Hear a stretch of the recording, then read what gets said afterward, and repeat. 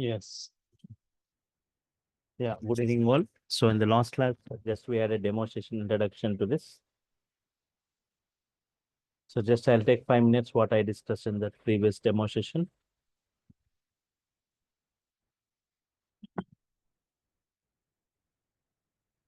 Big data, like huge volumes of data.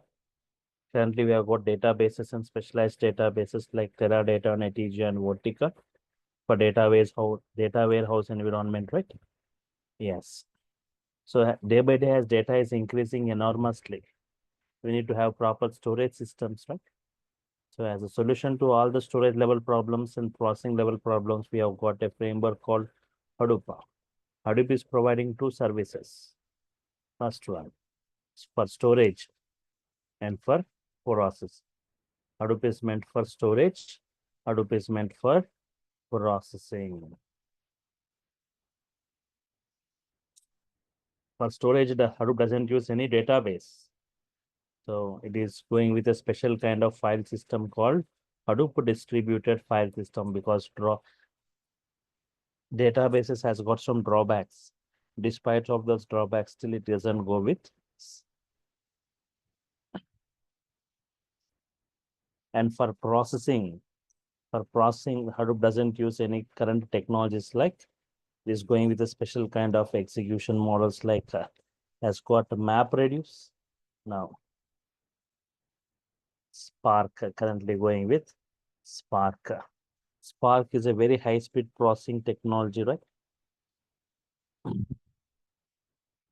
Spark is a very high-speed processing technology, right?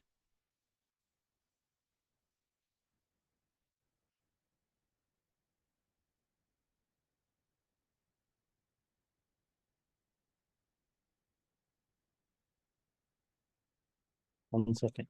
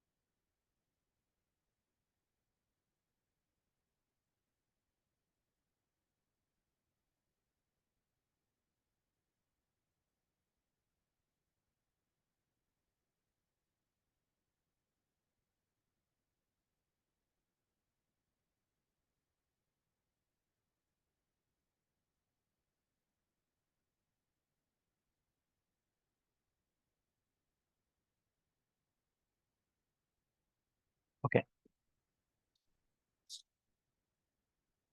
For storage, HDFS, and for processing, MapReduce or Spark, right? Yes. So Hadoop is meant, Hadoop is not for online processing. Hadoop is not for online processing. Hadoop is for batch processing. Try to understand Hadoop is for batch processing or for batch applications.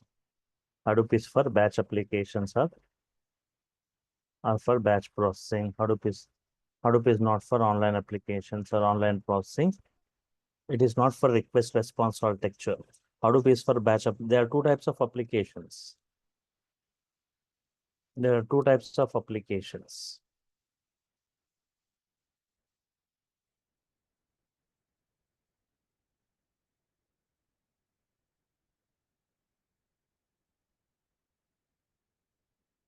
Online application. Second is like batch application.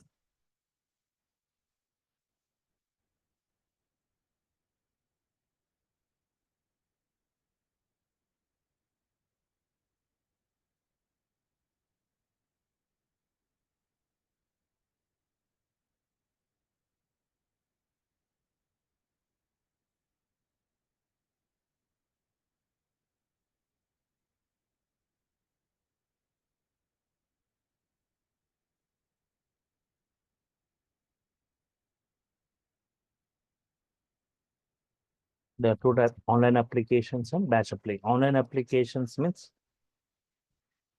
user interactive applications. User interactive applications. Here user gives the input. Here user gives the input. Example of this online application: booking a movie ticket or making online transaction. Making a online transaction.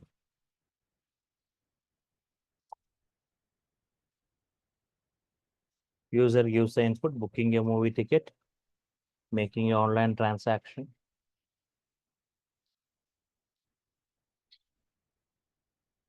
Batch application. User non-interactive application. User non-interactive application.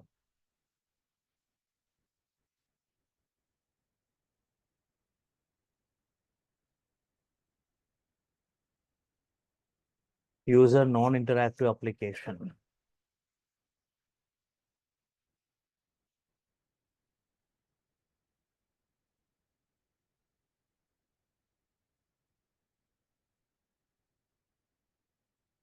User non-interactive application. Here user is nowhere required.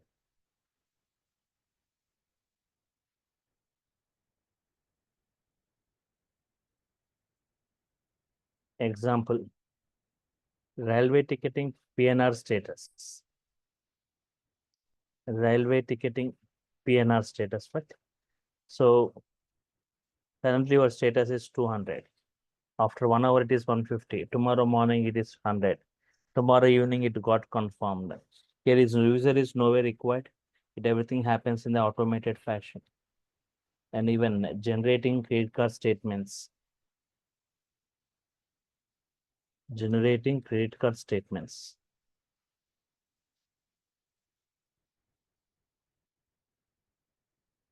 For millions of customers.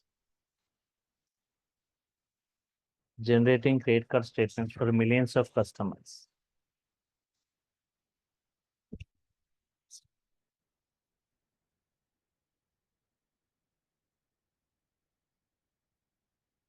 User non-interactive application. Your user is nowhere required.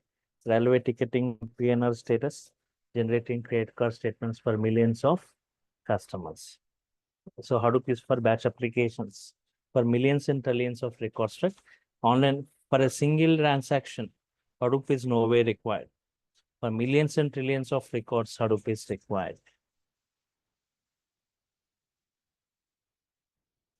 Okay.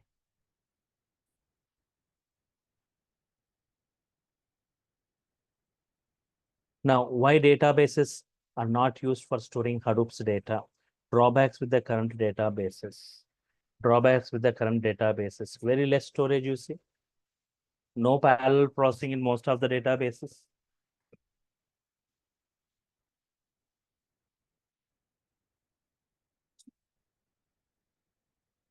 As volume increasing, right? Speed decreases. So total amount from sales 10 records. Total amount from sales 2 of 10 lakh. Total amount from sales 3 of 10 crore records. So record to record, as the volume increasing, speed decreasing, right?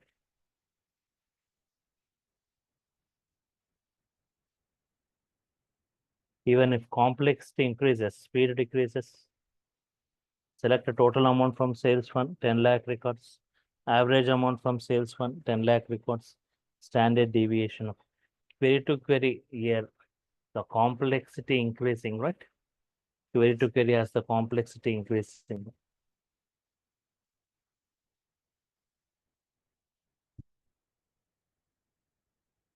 Query to query as the complexity increases.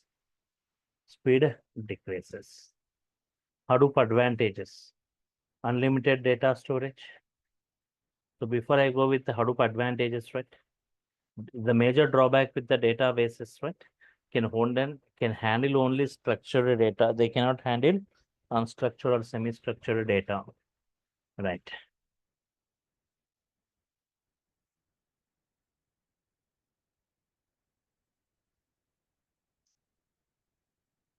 Hadoop doesn't follow client server architecture. Hadoop doesn't follow client server architecture.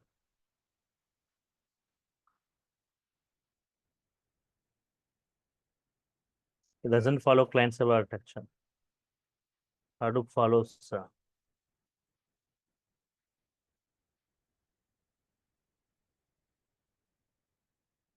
Hadoop follows master slave architecture.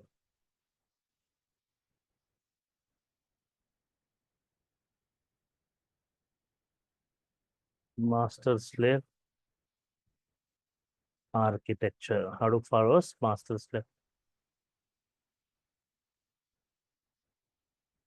Single master, multiple slaves in this way. Hadoop is going to follow single master, multiple slave architecture. Observe. Single master, multiple slaves.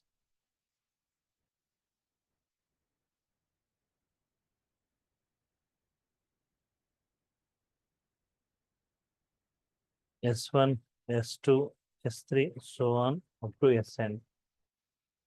Single master and multiple slaves architecture.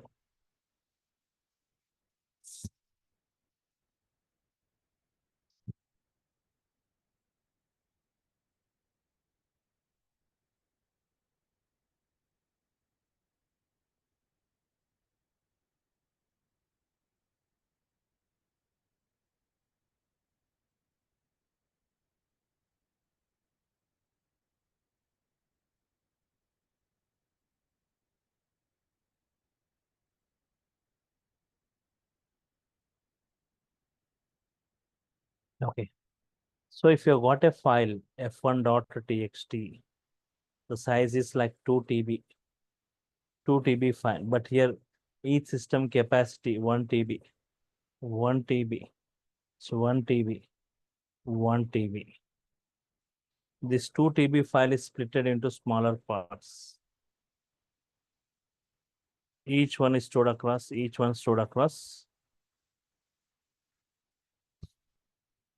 multiple systems. Each one stored across multiple systems. Data is distributed across multiple systems and data is stored by multiple. So here two advantages you can see. Distributed storage, data is distributed across multiple systems and data is processed by multiple systems parallelly. Data is processed by multiple systems parallelly. Okay, fine.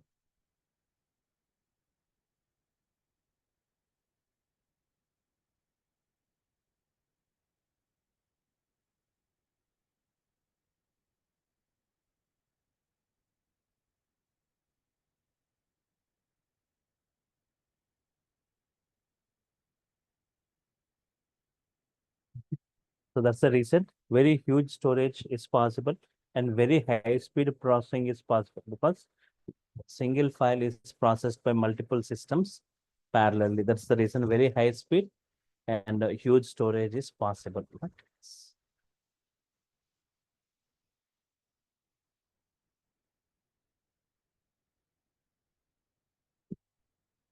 So cluster, what do you mean by Hadoop cluster? Cluster means a group of systems connected in a network. Cluster, group of nodes connected in a network. Nodes means CPUs connected in a network. There are two types of nodes.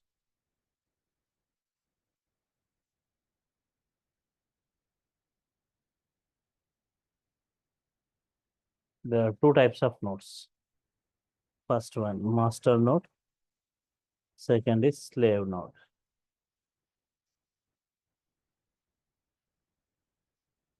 Master node and secondly, what is that? Slave node.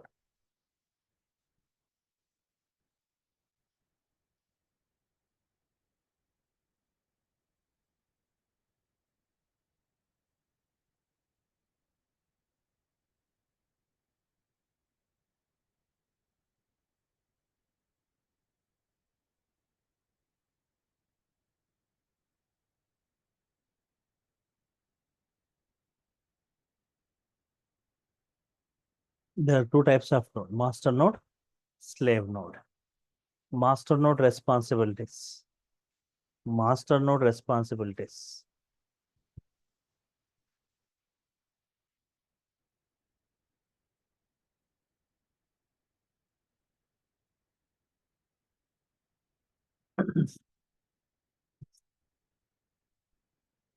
Master node responsibilities means it is going to assign tasks to the slaves, and the slaves need to process it. Task assignment.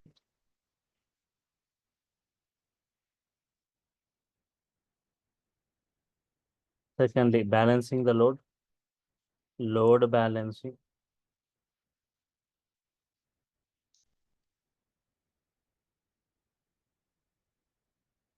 Fault tolerance, fault tolerance,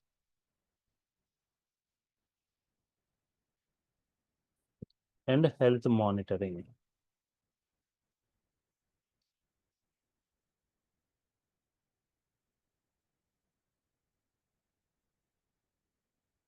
Task assignment, load balancing, fault tolerance, and health monitoring.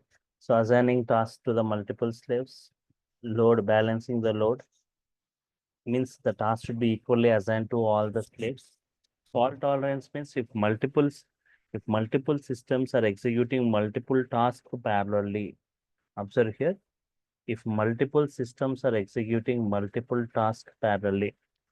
So here S1, S2, S3, S4. T1 task, T2 task, T3 task, T4 task. 4 tasks are executed by 4 systems. Suddenly, if any one system goes down, then the task of it will be assigned to any of the other system. This process we call fault tolerance mechanism. Fault tolerance mechanism, right? And health monitoring. Before assigning tasks to any of the slave, the master node will have the health status of each and every slave node. And slave node responsibilities.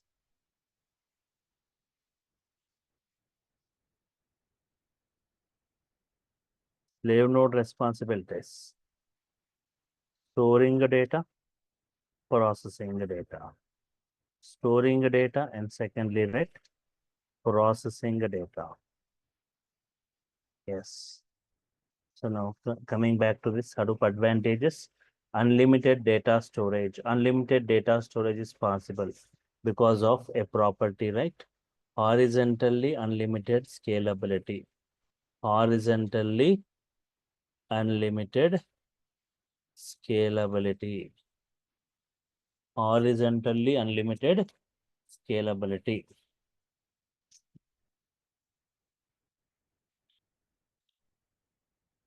Horizontally unlimited number of slaves, right?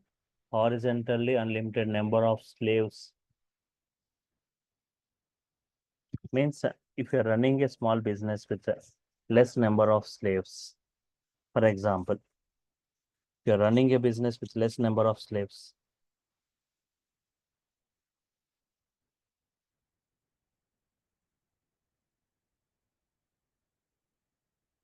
S1, S2, so on, S10.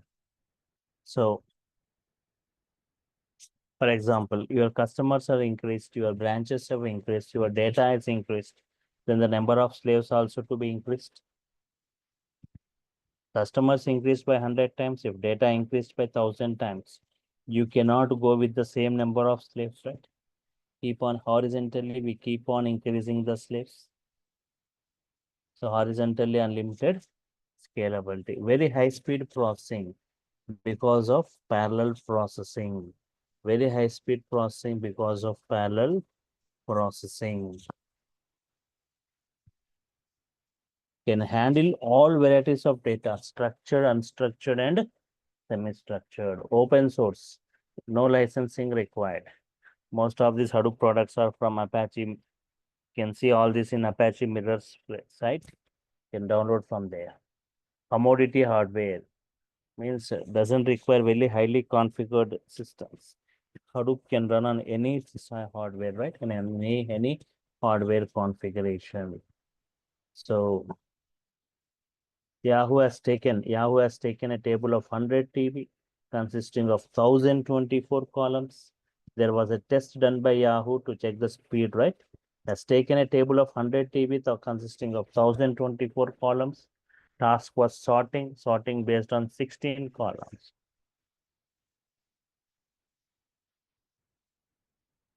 Okay. Time taken by the different things. Oracle has taken 3.5 days. MySQL has taken 6 days.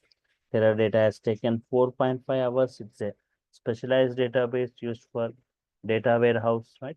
Netija has taken 3 hours. Hadoop has just taken 3.4 minutes.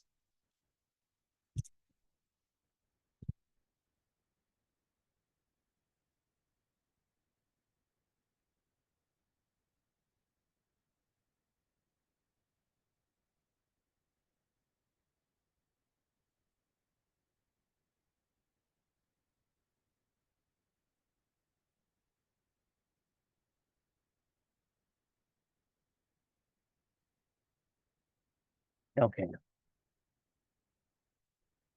So this is the speed of Hadoop, right? Just it has taken minutes of time, where this has taken days and this have taken hours of time. And even processing, not only processing point of view, storage point of view also, this Hadoop is proven in the market. Why?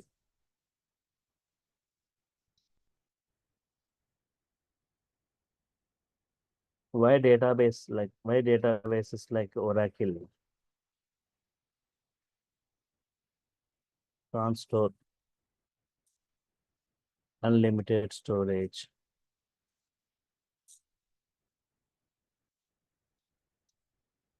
Why databases like Oracle can't store unlimited storage? So databases max limit on the number of slaves. Databases the max limit on number of slaves. Oracle max limit on the number of slaves. 256 nodes. 256 CPUs max. Beyond that, it cannot support. MySQL. MySQL, right, can go with the max 54. 54 nodes. But MySQL Express is there. Can go with 256. 256 nodes. Beyond that, it cannot support. And if you talk about SQL Server, max with the 256.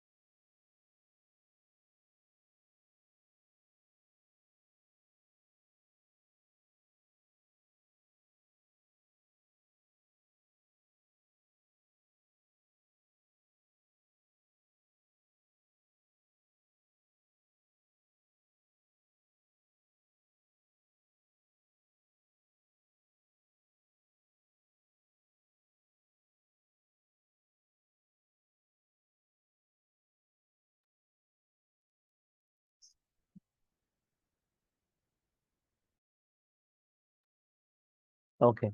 Oracle with max 256. 1 second. What is slave? What is slave means CPU node. So what do you mean by slave means a node CPU, right? So if we observe here, Hadoop follows master slave architecture. We have got some group of nodes. This this is a cluster we call. This is the master node we say. These are the slave nodes, you say. Slave nodes means 4 CPUs. In that one will be the master, remaining all will be the slaves. CPU nodes. So maximum with 256 CPUs. MySQL also max with 254. My SQL server with max 256. If you come to this specialized databases,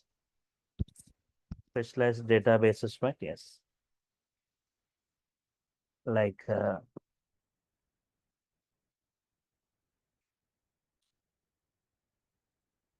Teradata. Teradata can go with maximum 512 nodes. Can go with maximum 512 nodes. Netija also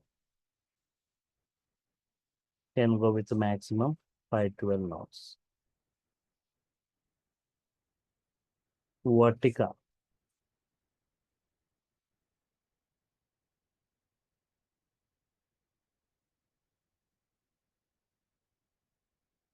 And this Teradata and Netija, currently they can go with 1024 nodes.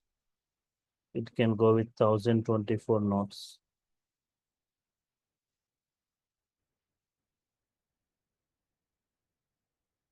Yes. Both can go with 1024 nodes, 1024 nodes. Right?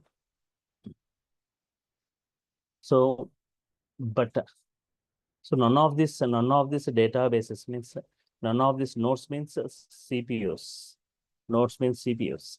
Databases are the specialized databases. They're not supporting unlimited storage. Means they can support up to 256. And if you go with specialized databases, which are used for data warehouse, you can go maximum 1024. Even though if you say 1024, it's not unlimited storage. Once they get filled, they cannot support data further. Means even if you talk about this Oracle, right? Once this 256 nodes filled, the system degrades. Means just like if we take a labor example, if we talk about a mobile phone, you got 64 GB internal storage. If you got 64 GB internal storage, if you fill all the 64 GB, the performance of the phone will degrade, right? Sometimes it won't even start. In the same way, for Oracle also, maximum 256 nodes. If it is 256 nodes, gets filled. The system sometimes it won't even start. So beyond that, it cannot support for MySQL databases. But there is no limitation. But for Hadoop, there is no limitation. There is no limitation on the number of nodes that Hadoop can have.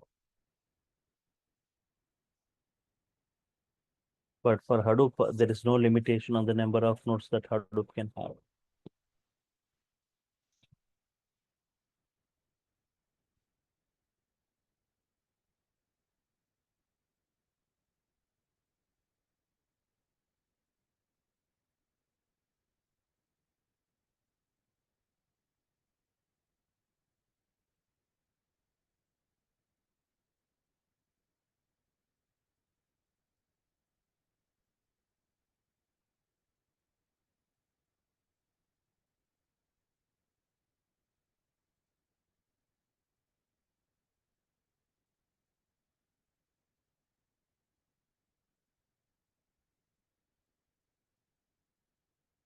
But for Hadoop, there is no limitation, right?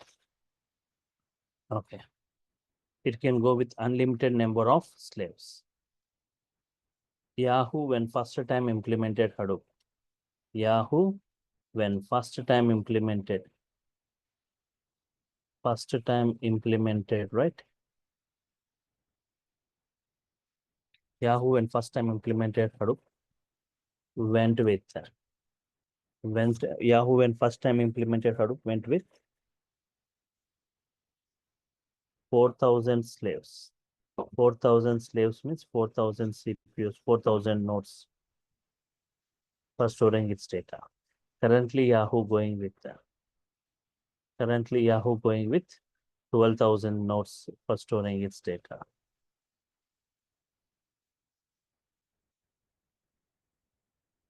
Facebook when first time implemented Hadoop.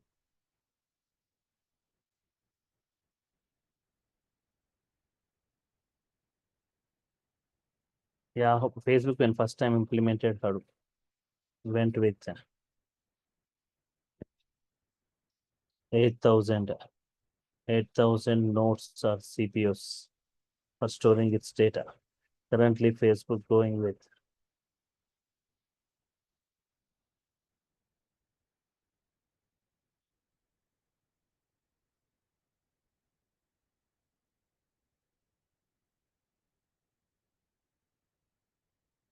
52,000 nodes for storing its data. So there is no limitation on the number of nodes that Hadoop can have, unlimited number of slaves. So Hadoop is proven in the market, storage point of view and processing point of view. Storage point of view, unlimited data storage possible. Processing point of view, you can see just now I discussed processing point of view as compared with the other databases which has taken days and hours of time, but Hadoop has just taken minutes of time.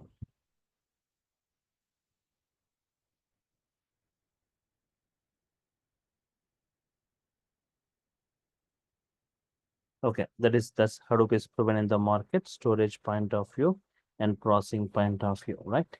And I was just briefing you about Hadoop has got this much of speed, right? But as compared with Hadoop, Spark has got very high speed. Spark is 100 times, already Hadoop has got this much of speed. Spark is 100 times faster than Hadoop. See the speed of Spark then. So in the last class, I was briefing you about what is Apache Spark and why PySpark. Why PySpark, need for PySpark, and need for PySpark, real life usage of PySpark in job market of PySpark, right?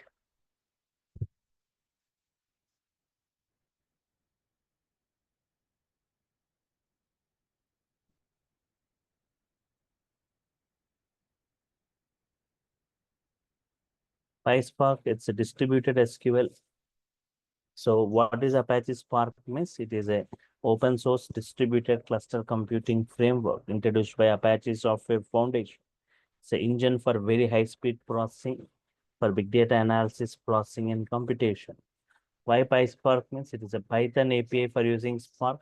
It is one of the lightning fast technology designed for fast computation.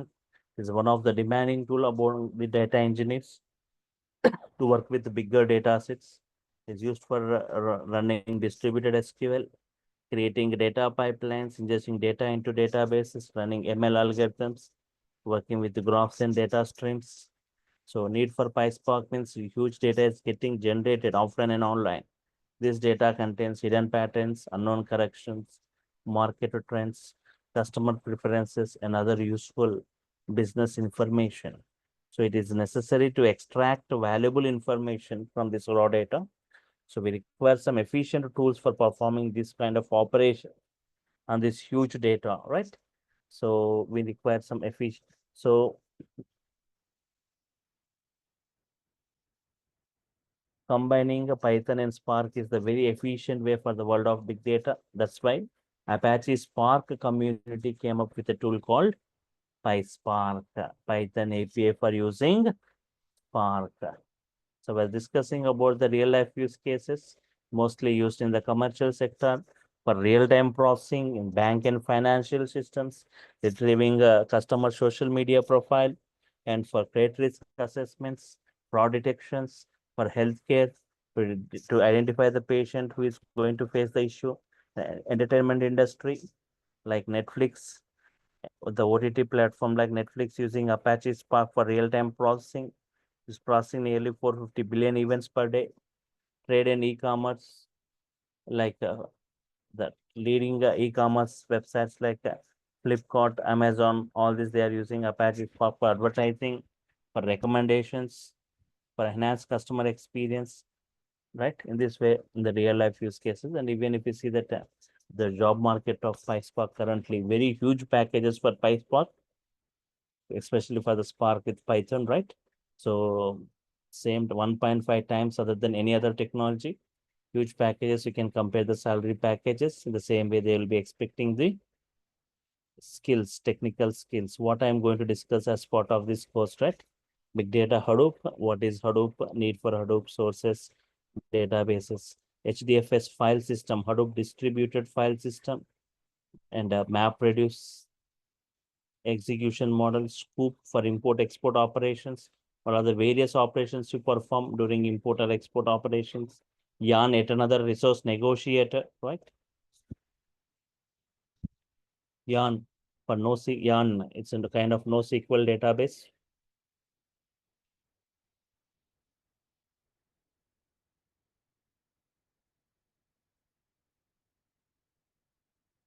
Yes. NoSQL database. I'm going to discuss one NoSQL database like HBase.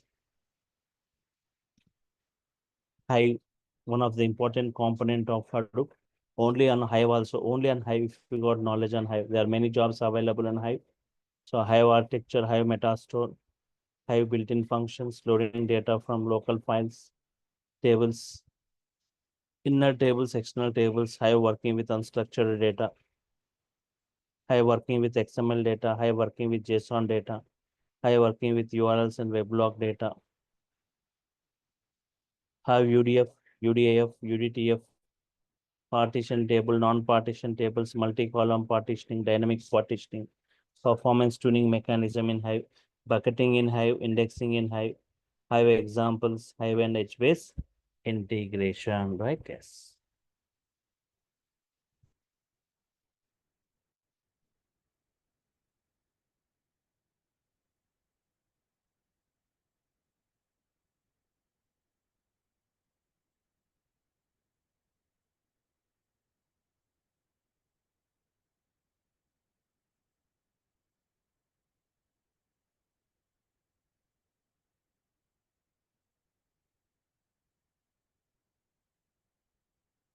PySpark, what is Apache Spark? Why PySpark? Need for PySpark. Okay. Real life usage of PySpark, PySpark web applications, PySpark session, Spark context, RTD computations, persistence options, PySpark core computing, groupings and aggregations, various actions, transformations, PySpark SQL data frame API, PySpark functionality, select, collect with column renamed, group by PySpark SQL functions, PySpark built-in functions, when expr, lit, split, concat, substring, translate, PySpark external sources working with the SQL statements, Spark and Hive integration, Spark and MySQL integration, deployment modes, PySpark applications, PySpark streaming integration with Kafka, PySpark ML. Okay. And even Python is going to be discussed, Python basics, Python operations, operations in Python, Python IDEs, flow control statements, looping statements, strings in Python, collections in Python, Python lists, Python tuples, Python sets, Python dictionaries, Python functions in Python, modules in Python, packages in Python, right? Errors and file handling, right? File handling in Python, object-oriented programming concepts in brief, regular expressions, database connectivity, Python data and time, operating system module, advanced concepts like iterator, generator, closures, decorators, graphical programming, Excel working with Excel workbook, analytics, reduction to data science, Pandas module, NumPy module, and Matplotlib. So in this way, plottings and visualizations, right here by using Python, numerical Python, right here, and this Pandas module, right? In this everything in brief, this is the thing going to be discussed, right? Okay. So here, big data package, Hadoop, PySpark, Linux, and Python. This 2 months Python course, Monday to Friday. Any of my batch you can attend. There is a new batch starting on this Wednesday. That is this Wednesday, right? This Wednesday at 10 p.m. For the first 1 week, it will be at 10 p.m., but later it will be at 9 p.m. Never interested for this Python. So this is nearly 12 weekends. and Saturdays and Sundays. Yes. Any queries from your side? So from next weekend onwards, we are going to start with this technicals of this big data, right? So you can check a lot of jobs for this, especially PySpark. So like nearly 60 to 65% of this time I'll be spending with PySpark among all this, right? Any other queries? Don't worry about the software. I'll be forwarding to your Google Drive, like nearly 5 GB of that can download and you can work. I'll be just demonstrating about those and how to work on different environments, right? I'll be discussing, right? Fine. Sir, apart from this class, is there any other class that you are taking for Hadoop and PySpark that is currently going on? Yeah, I got currently going on means already they have started. Their batches started already, right? Running batches. Yeah. Yeah, running. So when did it start, sir? Some nearly some 20 days back, 1 month back. There are other batches in the weekend that are running, right? Okay.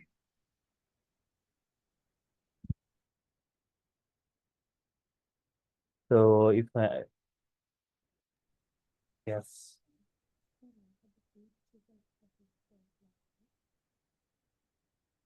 So PySpark has got the great demand in today's market. You can check the PySpark jobs. So some comments, some Hadoop components also required for that. We're discussing everything goes in the Linux environment. I'll be briefing you about those Linux commands before I go with the practical part. Whenever Hadoop is going, you will be updated with Python. By the time Hadoop completes, the Python core gets completed. Python advanced will be started by the time PySpark will be started. Fine. You can see that course content also very lengthy. If you have already got the course fee is 15,000 for this. 15,000, right? Including Python. If you already knows Python, if you want only this Hadoop, PySpark and Linux, it is 12,000.